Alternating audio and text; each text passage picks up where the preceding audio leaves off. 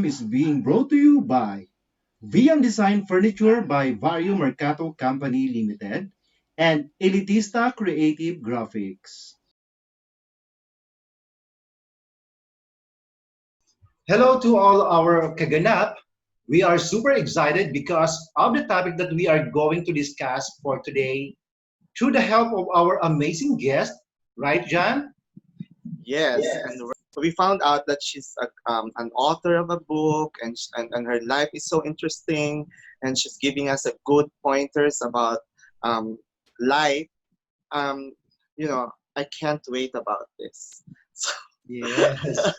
That's why, Bench, it's about time to introduce our guest, our special guest. Yes.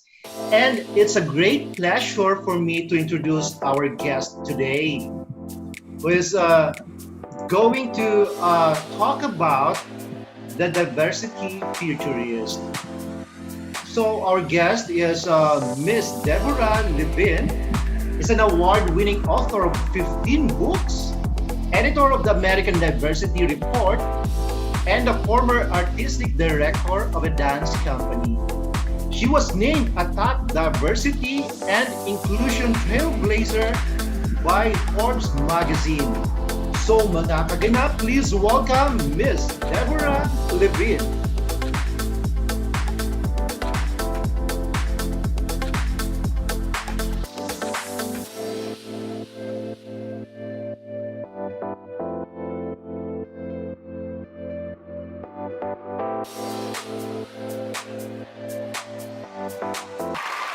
Hello. Hello. Wow, we're Wow. so excited to know about all this topic, Thanks. know Yeah. about you more, and I think our viewers would also like to find out about these things that you're Yes. going to discuss to us. Yes, this is kind of new to us, John. So, and before we start, Miss Deborah, can you say hello to all our viewers? Hi there. It's a pleasure to be here and an honor to work with these two gentlemen. I'm looking forward to sharing my story and my strategies, my ideas. Thank you, thank you. You are most welcome here in Ganap TV. Yes. Thank you. Appreciate Yeah, So we're so delighted because you grace Grace. our program.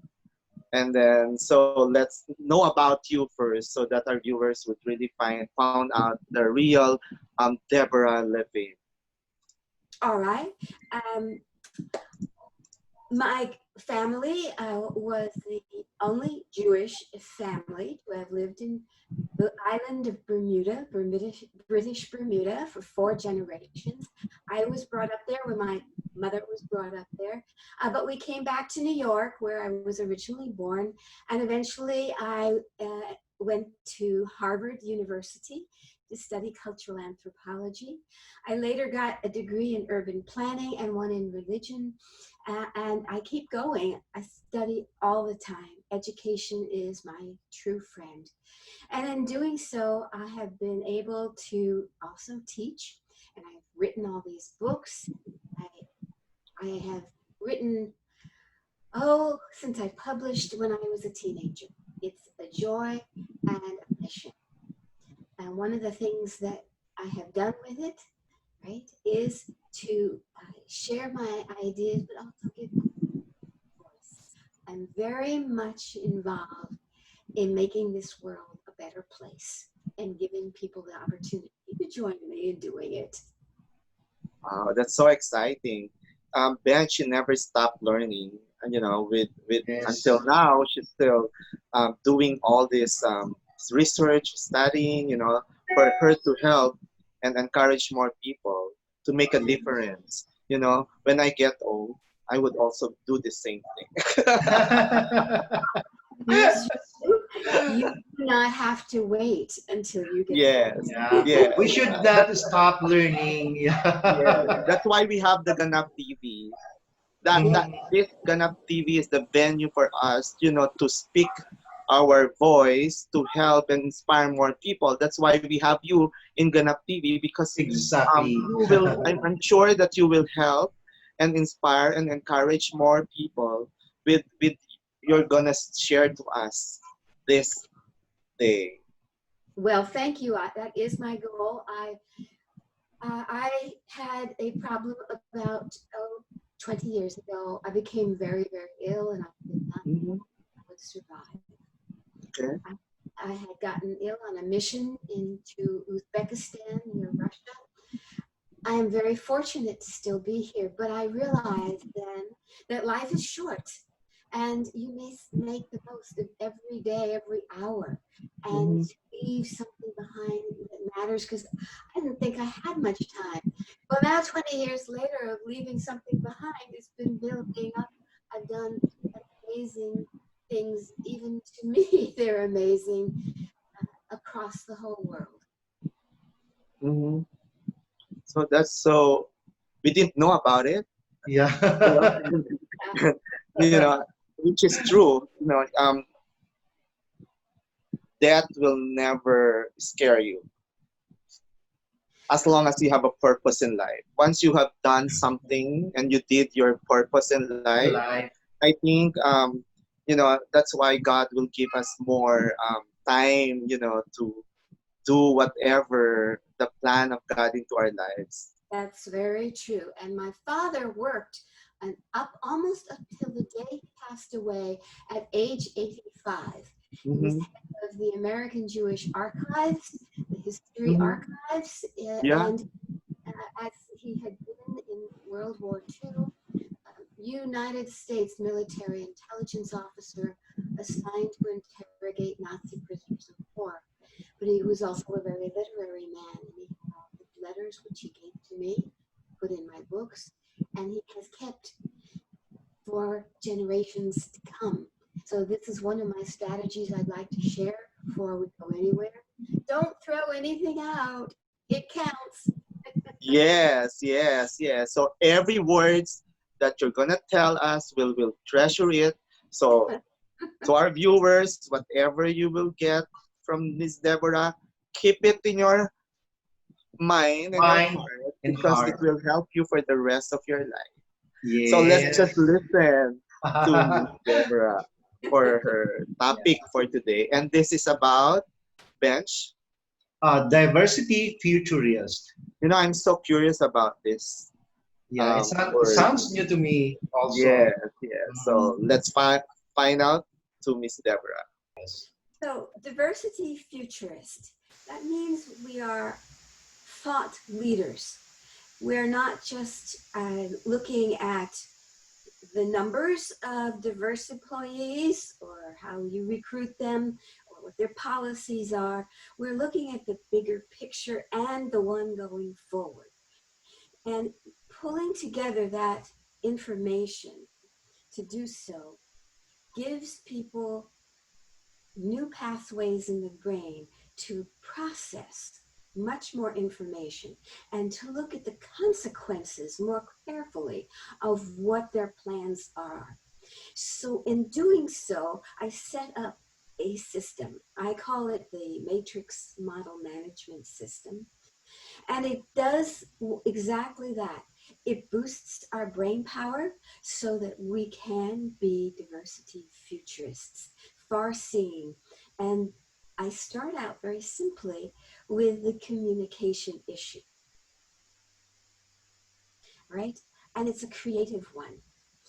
All of us who are creative communicate in different ways. It could be the arts, music, literature. I like to write, but I was also a dancer. I played the violin. And what I'm telling people is there's a reason why you can do different kinds of things. That creativity allows you to. And I'm hoping that each person on this broadcast will consider how many different ways they are creative and what that has done for them and their thinking, because that's going to be key. And think about it in terms of your story, who you are. It will become clearer how creative you really are and how you're going to apply that to being a futurist. Very interesting. Now I realize this is how you telling us about Yeah. articulating your life story. So when you do your tell the people how you're gonna present yourself. So in different way, in different forms. So it's very interesting. So let's go on and proceed. All right. So the next part, you have to be adventuresome in looking at other cultures because you want an audience that spans the globe and you want to know how to do that. And it isn't just what you think, it's how they think, how they perceive you. So one of the best, easiest ways to do that is through the arts. The music of another culture, right? The dance, the artwork, the food, yum. All of these are what I call cultural expressions. And they give you a sense of a culture in their small way, single painting, but with incredible breadth.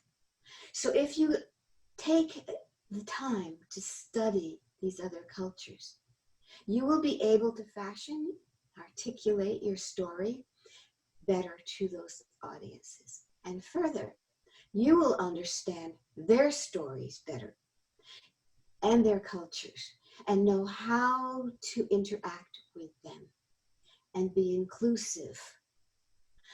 That's the key to being diverse. It's not just a matter of numbers. And so that's part of the diversity futurist plan. It also means that as you understand better, you become more emotionally intelligent about what you're doing and how you're phrasing it for different audiences. That is a very big jump for your brain, that emotional intelligence. Questions about that, gentlemen? No, Oh, no. don't want to go there, huh? Yeah, Okay. yeah. Then we're going to go on to the final and fourth stage, which basically is the planning. And here's where the futurist really takes hold. Many diversity people, professionals, will be quite adept, expert at being able to interface and relate to other cultures and have them relate to them. But the key to being a futurist is looking at the planning and the decision making involved. If you look at this, the problem solving aspect of it, one is you have to look at the problem and see where it's going, what the future tells you about the problem, and then how do you look at it to solve it? You have to look at the goals and the objectives and the individuals who are going to carry out those goals and objectives, because it's not going to be just you. That is yes, you're a leader, but that isn't going to be the only thing. You need followers. And that's where you have attracted them through your awareness and sensitivity that you have already developed. When you have your goals, objectives, and your mission in your mind, of course, the next step is to write it down so that others can follow it and be futurists with you. And you must look at it frequently and evaluate what is happening. Did I go in the right direction? Maybe I need to go in a little bit less here and a little bit more there. That gives you the ability to be a futurist. And putting it all together means that you can assist communities and workplaces, professionals, artists, you name it. We all need this going forward in this very, very challenging environment where change is the new normal.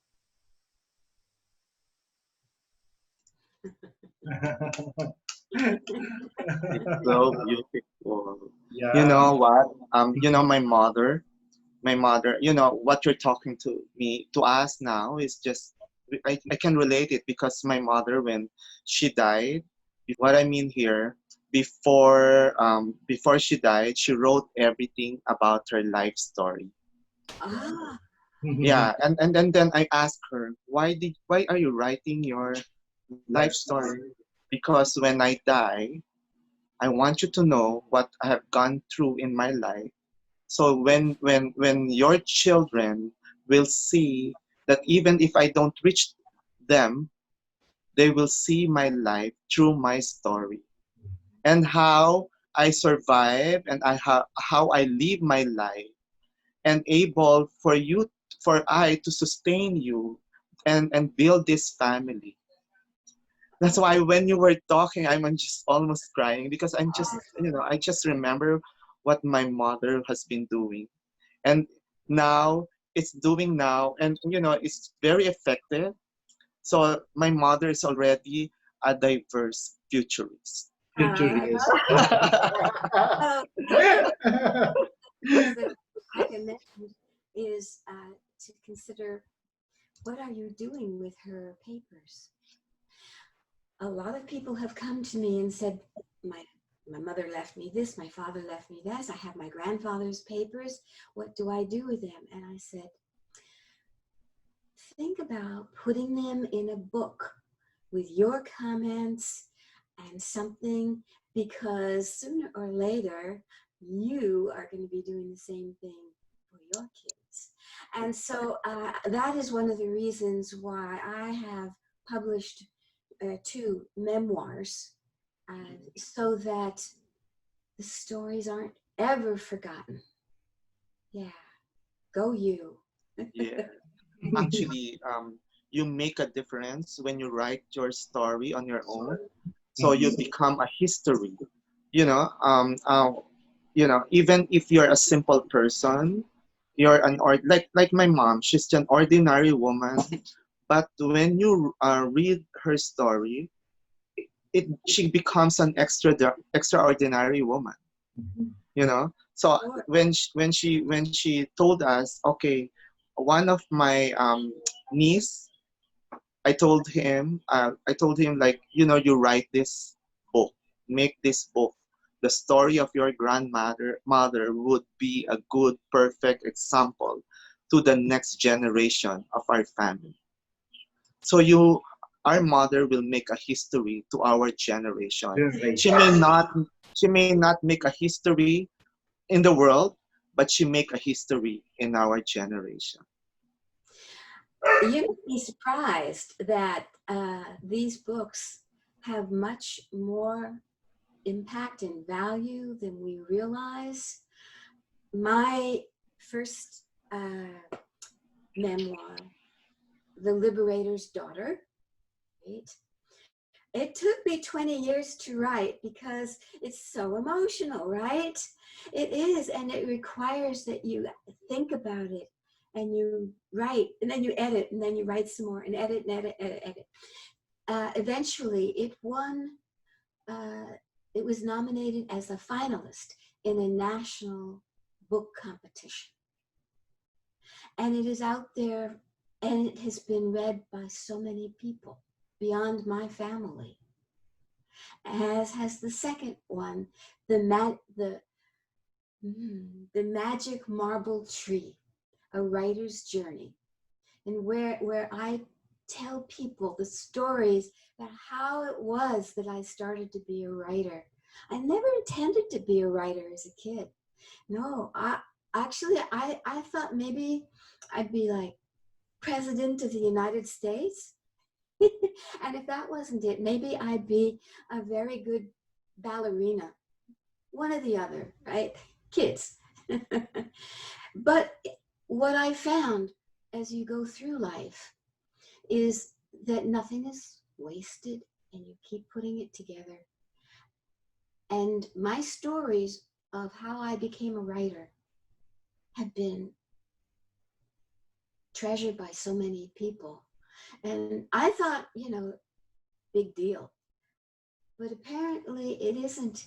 That journey matters a lot because they want to be history too. And that's the key. Everybody has a story worthwhile telling. Every single person, no matter how young or old.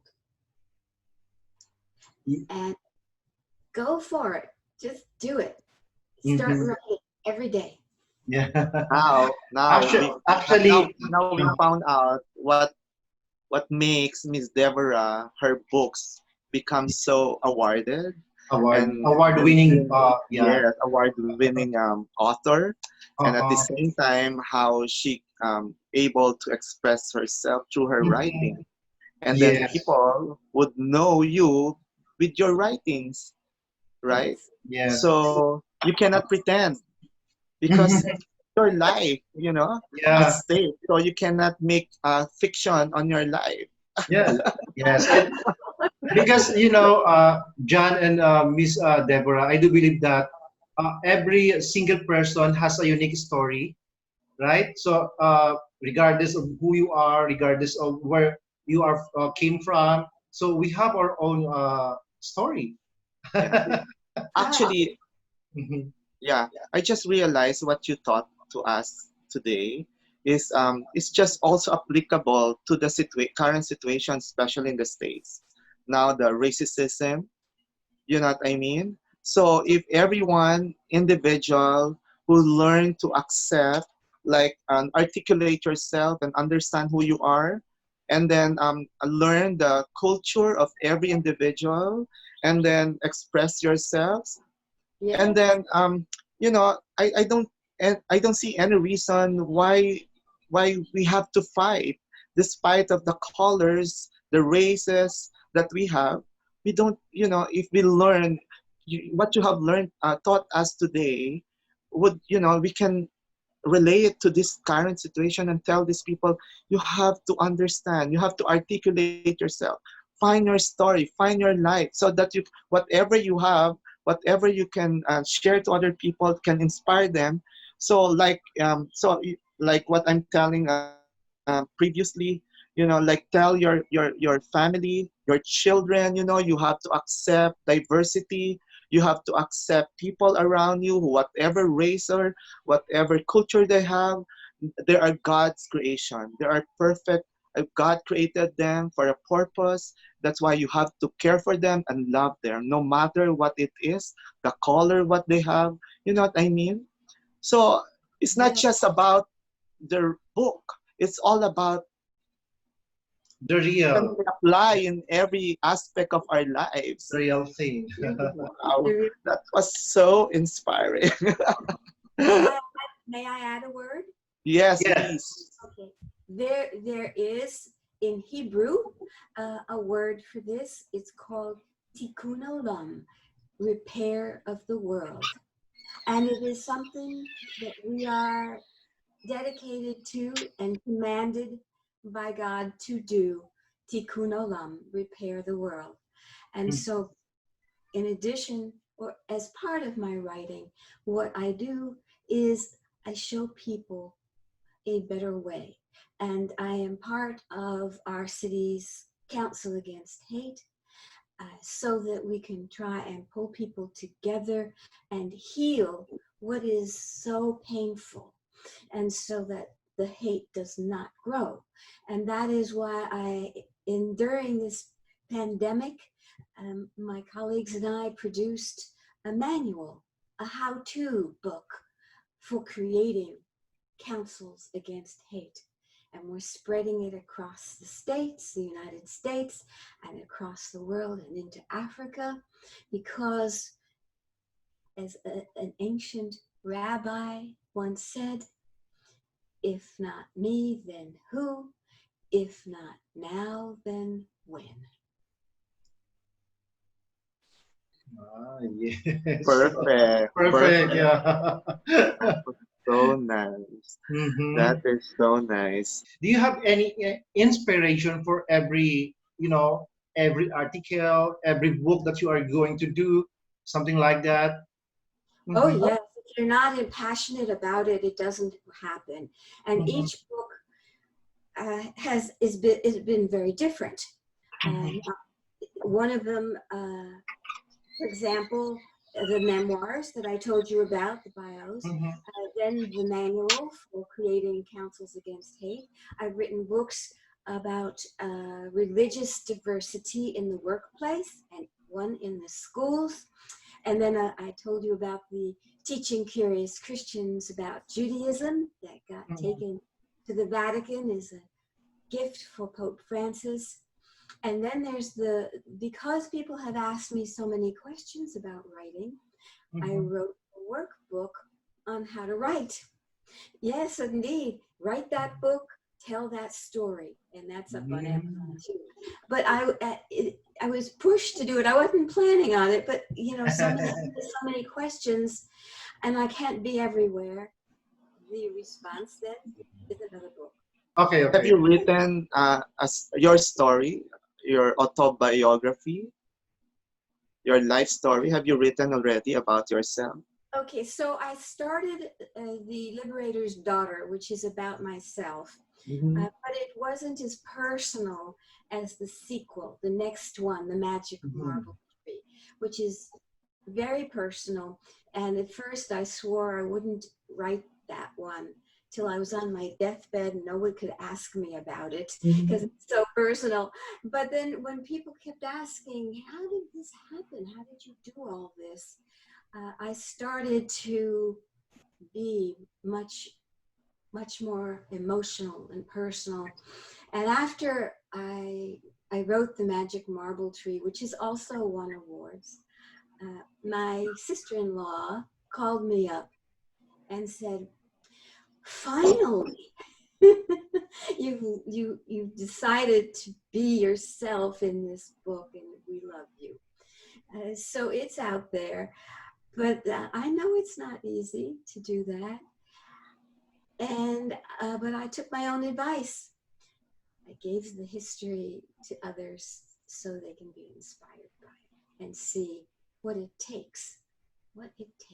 Yeah.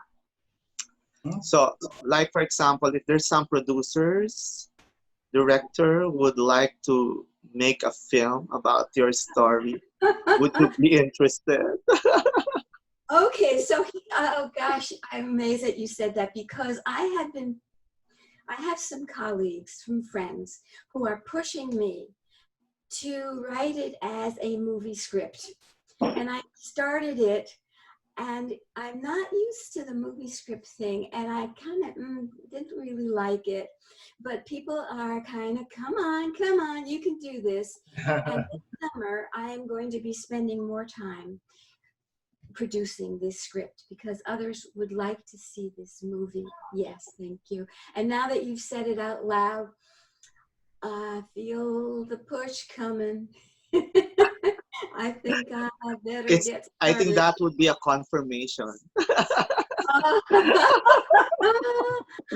Yeah. Now, if your story will be filmed, so is there anybody and some of the actors that we have in the Hollywood that would like you to portray your role?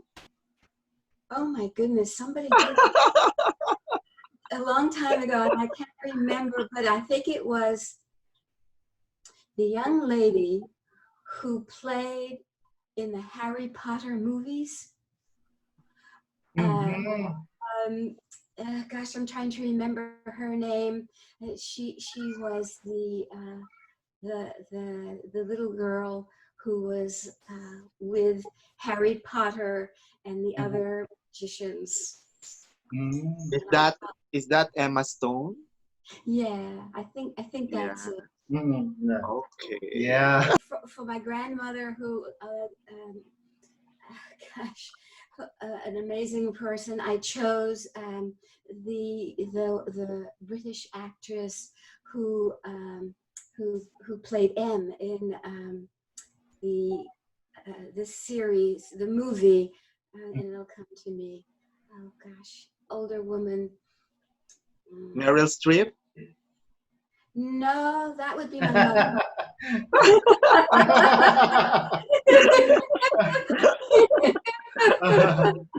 Yeah, that would be good. Because Meryl Streep, she's an English, right? Actually, I think she's American. But this Yeah, is American. Meryl it, Streep. American, Meryl Streep and American. well, I should take that back. Yeah, because you're an artist. You're a dancer. Yeah, Yeah. Yes. Not only author, that, I and you was can be an actress. Why not? why not? You're right. That's just Yeah. what I was. Mm-hmm. I was also a choreographer. Mm-hmm. Yeah, Wow. we all. I was the choreographer, and I was someone who would also teach dance. I had a dance studio. Mm-hmm. Wow. Wow. Did. Yeah. I taught beginners, and I didn't mention this. I taught the deaf. I taught at a school for the deaf and hard of hearing. Mm. I taught Mm-hmm. ballet. Wow. Wow, Wow. that's interesting. Yeah, yeah. Because we all know about the story of J.K. Rowling of Harry Potter. So, is there any instance that you experienced the same thing with J.K. Rowling when she was just started to write uh, the Yeah. book? Mm-hmm. Yes, she started to write. I think in a laundromat or something. You know, Mm-hmm. she wasn't well known. She didn't have much background, Mm-hmm. and look what happened. In all her books become movies. Just an amazing story that others can be inspired by, Mm-hmm. and you know the beauty of it is that writing, especially on a computer now, because you don't need Mm-hmm. an pen, right? Uh, is part of our lives. People don't think about it because what they're going to text message or they're going to Mm-hmm. look at Facebook. But if you think of all the times you write things, from a tweet to a post to a blog, you are writing. Why not make the most of it like she did? At any rate, oh yes, I have had many rejections. And what I have decided over the years is I have had people read my material before I send it to a publisher. And I send it to friends who are the worst, meanest critics I can think of.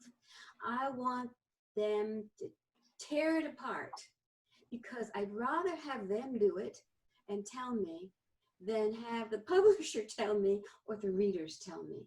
And so I encourage people, take the criticism, say thank you, and use it to make your work better again and again and again.